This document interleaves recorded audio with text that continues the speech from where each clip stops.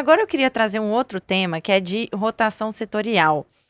Diferentemente do que a gente viu no início do ano, né, em janeiro e fevereiro e março, que as commodities caíram quase todas, com exceção do petróleo, né? A gente viu até o final de março, né? Vale caiu quase 20%, Gerdau, né? Empresas aí muito geradoras de caixa ligadas ao setor de commodities. Nesses primeiros 15 dias de abril, a gente está vendo o contrário, né? Tudo que é ligado ao cíclico doméstico caindo e caindo forte, e todas as voltadas a commodities, né? Petróleo, minério, aço, e ações mais defensivas do setor financeiro indo melhor, né? Não rasgando de subir também, mas indo melhor do que a bolsa como um todo.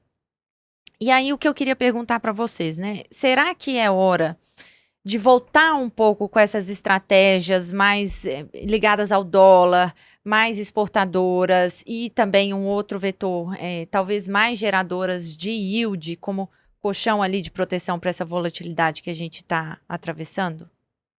Eu gosto da ideia, assim, eu acho que é uma ideia que faz sentido, mas, de novo, você precisa pensar um pouco nesse horizonte, né? É um horizonte que me parece rápido. Na verdade, esses reflations trade, que no final é isso que está acontecendo, eles são muito rápidos, né? Você vê, o petróleo esse ano está subindo uma barbaridade. Se você pegar as carteiras que tem óleo, acabaram indo muito bem nesse começo de ano. Ninguém tinha, né? Diga-se de A passagem. gente tinha. A gente A tinha, gente sim. tinha. Sim.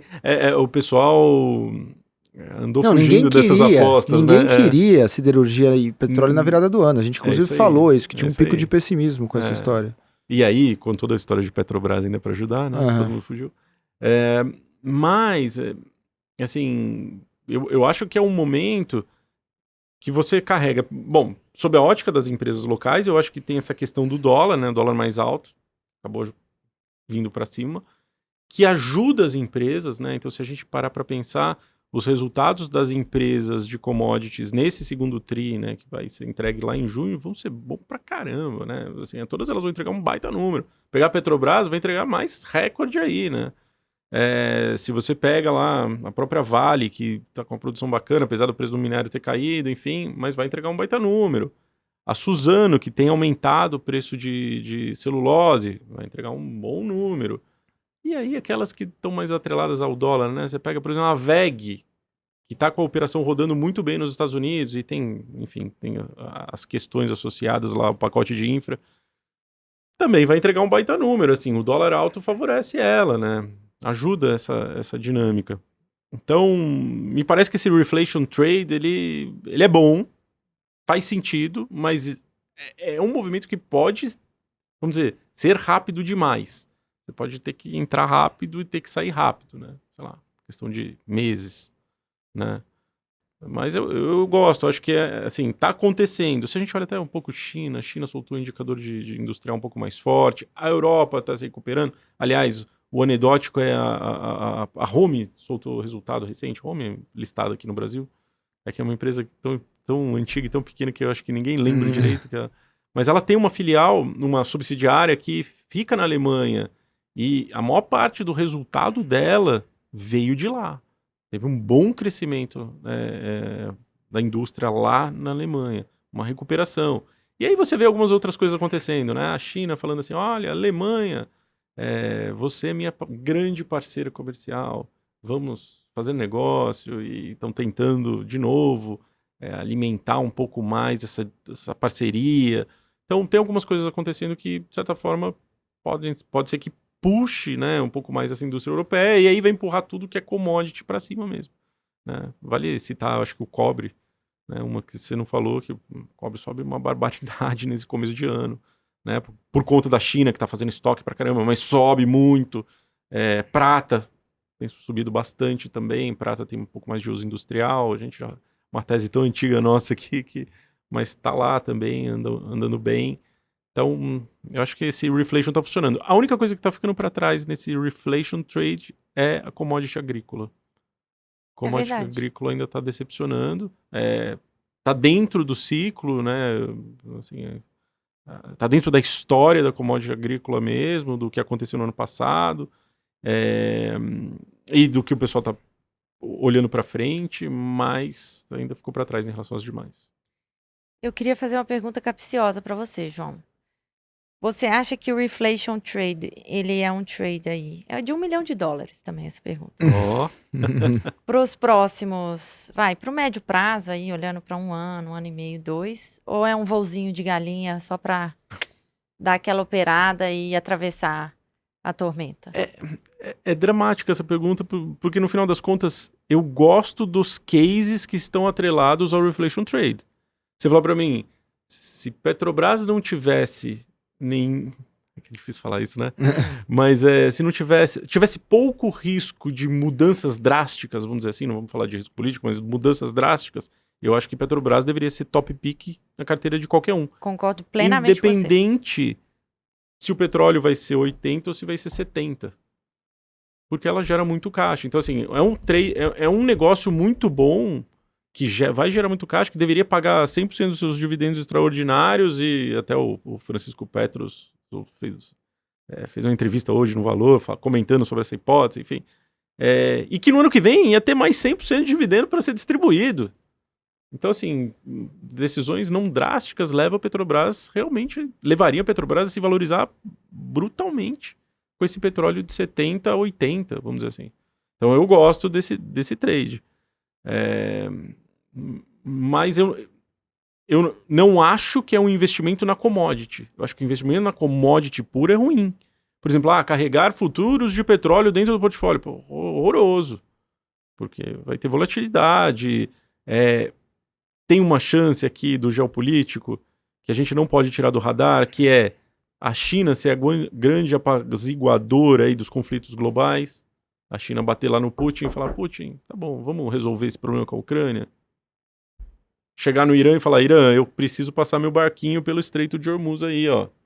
Não dá pra você mandar aqueles Houthis ficarem soltando míssil no meu barquinho a hora que passa. Me ajuda aí. Me ajuda aí. E a China tá com essa vontade de retomar os laços ali com a Europa. Então, assim, são coisas que tirariam um pouco desse... vamos dizer, da força desse reflation trade, né, desse exagero no preço do petróleo. Então, eu acho que os players associados são bons. As empresas lá fora estão dando dinheiro, estão fazendo recompra, pagando dividendos. Vão ter resultados melhores do que do ano passado. Petrobras vai ter uma mega porrada de resultado, só não fazer muita besteira ali dentro. E aí, se você pegar mesmo Vale, que tem toda essa questão do minério de ferro no longo prazo, mas no curto prazo vai bem, né? Então, assim, gosto dos trades ao redor do reflation trade. Pronto. Muito bem. Escapei pela tangente.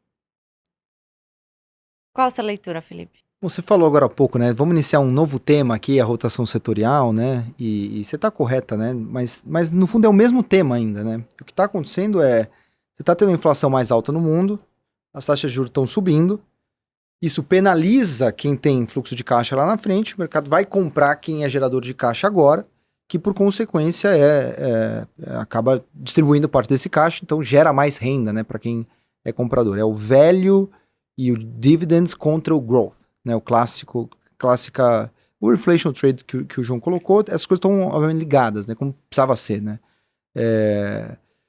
E também tem um outro elemento, que é esse negócio do mercado tá comprando commodity como hedge de inflação.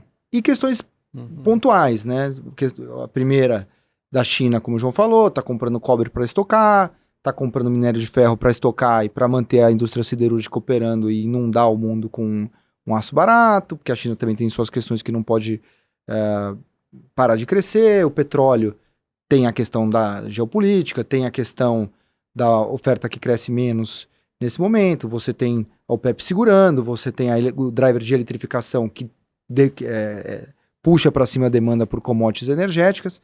Tem várias coisas acontecendo ao mesmo tempo também. Mas eu acho, Lari, honestamente, assim, no sentido de você compra esse reflation trade, eu concordo com o João, tem casos idiosincráticos que eu compro. Eu gosto de PRIO, eu gosto de 3R, porque tem questões particulares ali.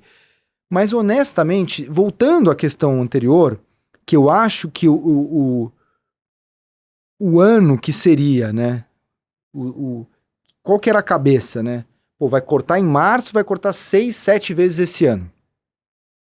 E o ano, então, 2024, vai ser o ano de melhora dramática no ambiente econômico e financeiro por conta das quedas das taxas de juros. Eu tenho chamado 2024 o ano que não começou, porque toda essa expectativa ela ainda não aconteceu. Ao contrário, as taxas de mercado elas estão subindo. Mas eu ainda tenho a sensação que o ano ainda vai ser aquele. Não com aquela intensidade. O que eu acho assim, o próximo movimento do Fed ainda me parece que tem muito mais chance de ser de queda de taxa de juros e não de alta de taxa de juros. O Copom já cortou, a gente está num juro alto, não vai ser o 8,5 que a gente sonhou em determinado momento, mas 10 é bem melhor que 13,75, né?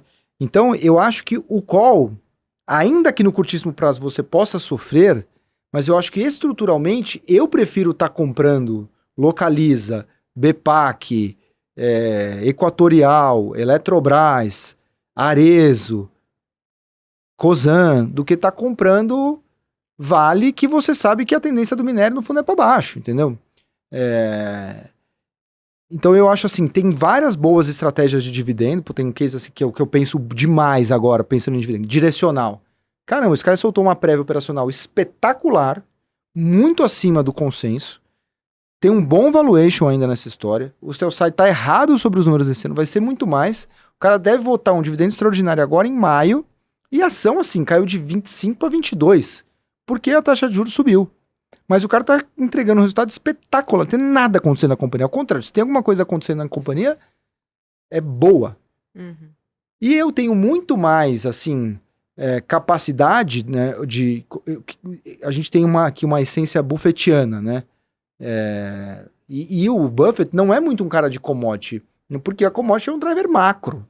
É muito mais difícil você adivinhar o que vai acontecer com a economia global do que propriamente com a taxa de juros americana, que tá todos os melhores PhDs do mundo tentando, o próprio Fed tá errando, né, imagina a gente aqui, né? Qual é o edge que você tem? Pô, em direcional, eu acho que eu tenho um pouco de edge. Em BPAC, eu acho que eu tenho um pouco de edge. Em Localiza, eu acho que eu tenho um pouco de edge. Então, assim, é mais fácil você enxergar aqui. E margem de segurança importa. Resumidamente, então eu acho que commodity pode ser bom no curtíssimo prazo, mas é difícil demais. Aqui dentro pode ser ruim no curtíssimo prazo, mas são ótimas compras de longo prazo, nesses níveis. Então, eu me sinto mais confortável com o call do doméstico. Ainda que eu possa sofrer mais algumas semanas. Então essa seria a minha leitura. O que não quer dizer que não haja excelentes nomes de dividendos. Lembra que quando os preços caem, se você preserva o mesmo dividendo, você tem mais yield, né? Proporcionalmente você vai levar mais renda para sua casa. Com o mesmo dinheiro você pode comprar mais ações agora. Então isso para o mesmo dividendo que você ia receber, você vai receber mais dividendo. Então acho que as coisas é assim que eu vejo essa história. Não quer dizer que isso vai melhorar agora, não quer dizer que eu seja pessimista com commodity, mas eu me sinto mais confortável de comprar mais cíclico doméstico barato nesse momento.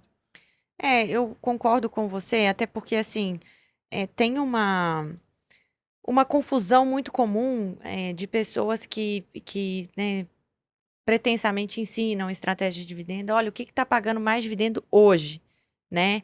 Esquecendo ou deixando passar que o investidor focado em dividendo, ele vai receber o dividendo a partir do D+1, né? Uhum. No futuro, não é o que ficou para trás.